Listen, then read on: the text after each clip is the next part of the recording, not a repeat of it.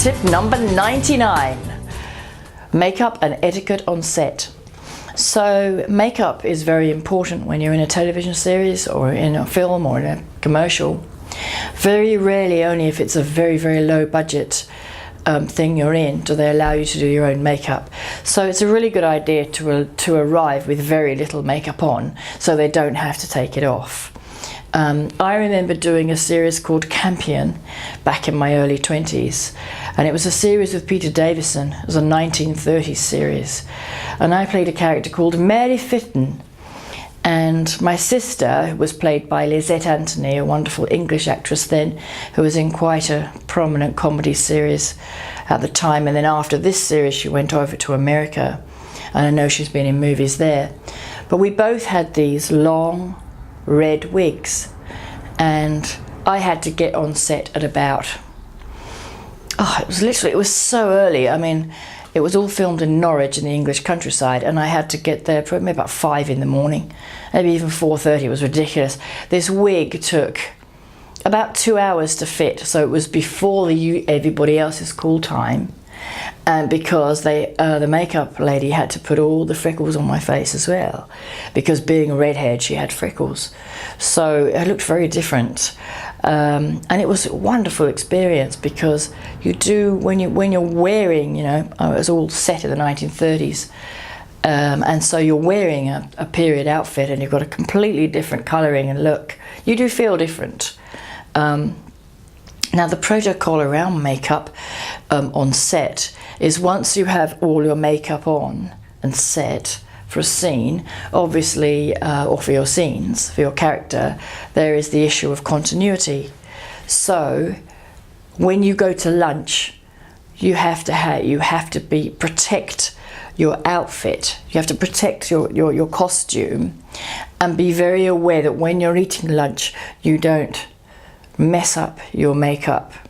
Okay, they can put your lipstick on again and things, but try not to rub your eyes or anything like that, because otherwise you're going to have to go straight back into makeup again and have all your makeup put on again. Protocol costume wise is that the costumes have been probably brought for you, or they're in the archives of costumes if it's the BBC, and they're brought forward for you. And when you have lunch, enthusiastically, because food is usually quite good on set, try not to eat so much that you get it all over you, because that scene you're about to film may be the one before the last scene that you filmed out of sequence, and you're going to go into that scene with, or maybe half the scene. You've just done one scene of a larger scene, a few frames of a larger scene, and then all of a sudden you've got a big wet patch because they don't have another shirt for you that's like that one.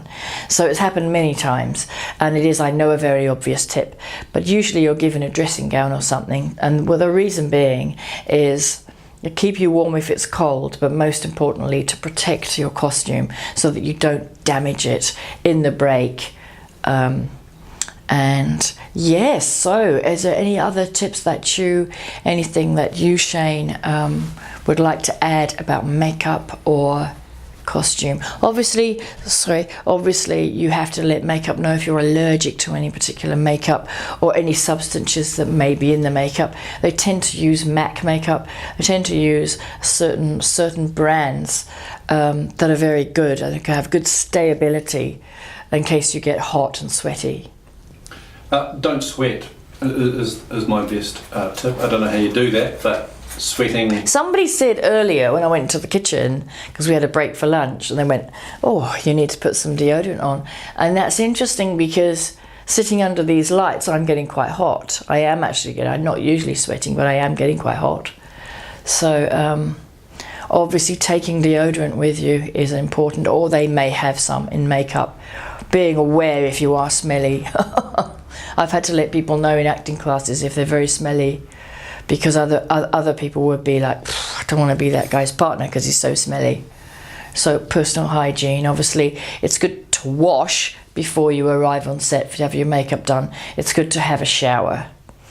If you have very bad sweating problem, there are things that you can have for that. There's always Botox under your arm for those sweat glands.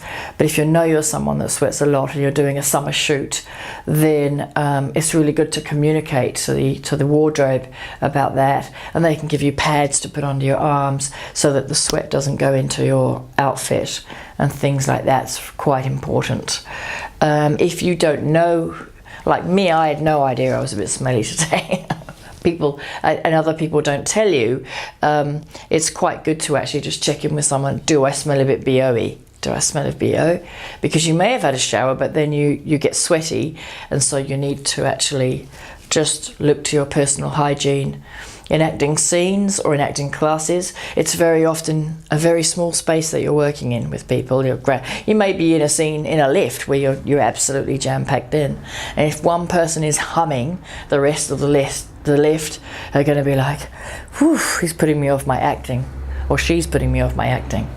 Thank you very much.